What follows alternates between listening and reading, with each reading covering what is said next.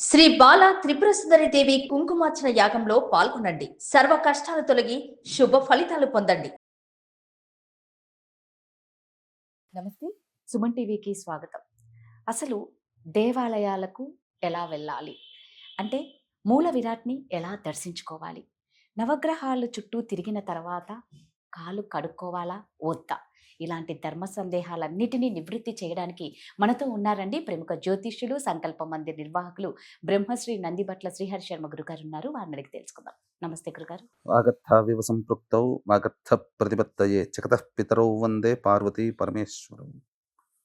ఆదిత్యాయ చ సోమాయ మంగళాయ బుధాయ చ గురుశుక్రశనిభ్యశ్చ రాహవే కేతవే నమః. శృంగేరి జగద్గురు పీఠాధిపతులకి, కంచి పీఠాధిపతులకి నమస్కారములు తెలియచేసుకుంటూ కార్యక్రమాన్ని ప్రారంభిద్దాం. గురుగారు, దేవాలయాలకు వెళ్ళడం అనేది చాలా ప్రధానం మన దాంట్లో. కాకపోతే అది ఎలా వెళ్ళాలి అనేది కూడా చాలా అవసరం. ఇంకొకటి, మూల విరాట్‌ని ఎలా దర్శించుకోవాలి? కొంతమంది అంటారు గురుగారు, నవగ్రహాల చుట్టూ తిరిగిన తర్వాత కొందరేమో కాళ్ళు కడుక్కోవాలి అంటారు. కొందరేమో కాళ్ళు కడుక్కోకూడదు అంటారు. నవగ్రహాలు చుట్టూ తిరిగిన తర్వాత కాళ్ళు కడుక్కున్న తర్వాత మూల విరాట్‌ని దర్శించుకోవచ్చా? అసలు ఎప్పుడు దర్శించుకోవాలి? బోలెడు అన్ని సందేహాలు చాలా మందికి ఉన్నాయి. చాలా మందికి ఇప్పుడు సందేహాలు ఎక్కువగా రావడం, అవును. అంటే మనం చేస్తున్న పని కరెక్టా కాదా? ఎందుకంటే ప్రతి వాళ్ళకి కూడా కరెక్ట్ వేలో వెళ్ళాలనే ఉంటుంది. ఉంటుంది. అవును. మనకు ప్రధానంగా దేవాలయానికి వెళ్ళాలి అనుకున్నటువంటి వాళ్ళు తామస పదార్థాలు ఆ రోజున మధ్యాహ్నం భుజించకుండా ఉండాలి. ఉదయమైనా సాయంకాలమైనా ఎప్పుడైనా కానీ దేవాలయాన్ని దర్శించుకోవచ్చు, తప్పులేదు. మొట్టమొదటిగా దేవాలయానికి వెళ్ళాలనుకునేటువంటి వాళ్ళు చెప్పులు లేకుండా ఇంటి నుంచే నడుచుకుంటూ వెళ్ళి దేవాలయానికి చేరుకోవచ్చు. ప్రస్తుతం ఉన్నటువంటి కొన్ని ఆరోగ్య పరిస్థితుల రీత్యా షుగర్, బీపీ లాంటి వాళ్ళకి కొద్దిగా ఇబ్బంది అవుతుంది కదమ్మా. చెప్పులు వేసుకుని వెళ్ళినా ఒక పక్కన గోడకి ఒక పక్కన దేవాలయానికి ముందే గోడకు ఒక పక్కన చెప్పులు వదిలేసేసి పాద ప్రక్షాళన చేసుకోవాలి. మొట్టమొదలు పురుషులైతే కుడికాలు మొదట, తర్వాత ఎడమకాలు. స్త్రీలైతే మొదట ఎడమకాలు, తర్వాత కుడికాలు మనం కడుక్కోవాలి. ఇక తర్వాత విధిగా 3 సార్లు నోట్లో నీళ్లు తీసుకొని పుక్కిలించి 3 సార్లు వదలాలి.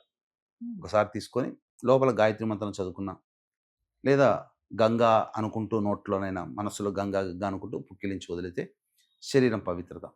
తర్వాత కళ్ళు ఈ విధంగా నీటితో కళ్ళు తుడుచుకోవాలి. తర్వాత ప్రధానంగా అప్పుడు మూల విరాట్టుని దర్శించుకోవడానికంటే ముందు ఆ దేవాలయం శిఖరం ఉంటుంది కదమ్మా, ఆ శిఖరానికి చూసి ఒకసారి నమస్కారం చేసుకొని నవగ్రహాల చుట్టూ, దేవాలయం అంటే నవగ్రహాల చుట్టూ తిరగాలి.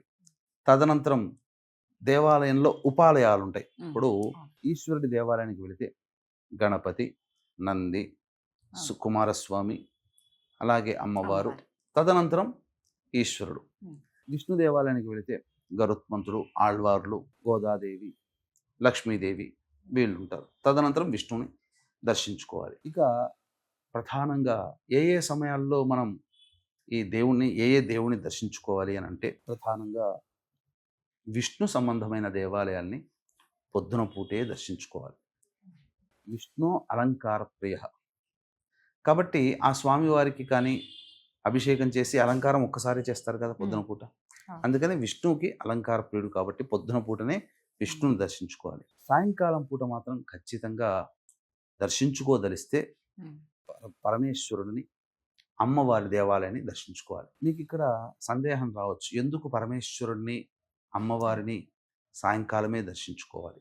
పరమేశ్వరుడి యొక్క వాచకం ప్రకారము కైలాస మానస సరోవరం నుంచి ప్రదోషకాల సమయంలో ఈ భూమి గుండా ప్రయాణం చేసి వృషభారూఢుడై అమ్మవారితో సహా శ్రీశైల క్షేత్రానికి చేరుకుంటారని. కాబట్టి ఆ సందర్భంగా భూమి మీదకి ప్రదోషకాల సమయంలో వస్తాడు కాబట్టి ప్రదోషకాల సమయంలో ఈశ్వరుణ్ణి అర్చన చేయాలి, అర్చించాలి అని శాస్త్రం. ఆ సమయంలో కోరిన కోరిక పరమేశ్వరుడు దగ్గరుండి నెరవేరుస్తాడు. అందుకనే ప్రదోషకాల సమయంలో నిద్రపోవడం కానీ, భోజనం చేయడం కానీ, మైథునం కానీ ఇవేవి పనికిరావు. నూనె రాసుకోవడాలు కానీ ఇలాంటివి చెయ్యరు. అమ్మవారు కూడా చాలా సంతుష్టురాలుగా ఉండేటువంటి సమయం మాత్రం ఈ సంబంధించినటువంటి ప్రదోషకాల సమయం. మీ ఇంటికి దగ్గరలో అమ్మవారి దేవాలయం ఉందమ్మా? వెంకటేశ్వర స్వామి దేవాలయం ఉంది గురుగారు. పోనీ అక్కడ అమ్మవారు ఉంటుందిగా. ఉంటారు. పొద్దున పూట మీరు ఆ అమ్మవారిని చూడండి ఒకసారి. ఉమ్, ఏ అమ్మవారైనా పర్లేదు. ఆ, అమ్మవారిని దర్శించుకోండి.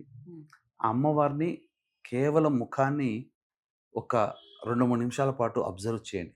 ఉమ్, కళ్ళు, ఉమ్, ముఖము అంతా ఆ మైండ్లో ఆ ప్రింట్ ఉండిపోతుంది కదా. అవును.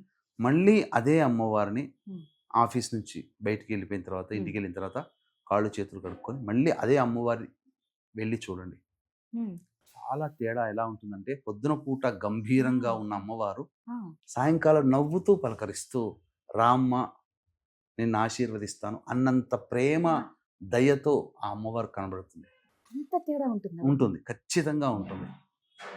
అందులో సందేహమే లేదు. ఖచ్చితంగా తేడా మాత్రం ఉంటుంది. అందుకనే ఎందుకంటే రాక్షస సంహారం జరిగినటువంటి సమయం ప్రదోషకాల సమయం, సాయంకాలం. అంటే తాను ఏ కారణంతోనైతే అమ్మవారు ఈ విధంగా సంహారం చేసిందో, ఆ సంహారం పూర్తయినటువంటి సందర్భంగా నేను విజయం సాధించాను సాధించా. అన్నంత గర్వముతో, సంతోషముతో ఉప్పొంగుతూ అలా ఉంటుందట. రాక్షస సంహారం జరిగి అమ్మవారు సంతుష్టురాలుగా ఉండే సమయంలో వెళ్ళి అమ్మవారిని దర్శనం చేసుకొని మన కోరిక విన్నవించుకుంటే ఉమ్, ఖచ్చితంగా దేవత పలికి తీరుతుంది. అందులో సందేహం లేదు. ఇక చాలామంది ఇప్పుడు ఉన్నటువంటి సందేహం ఏంటంటే, ఇక నవగ్రహ నవగ్రహాల చుట్టూ ప్రదక్షిణ చేసిన తర్వాత కాళ్ళు కడుక్కోవాలి అని చెప్పి. అవును.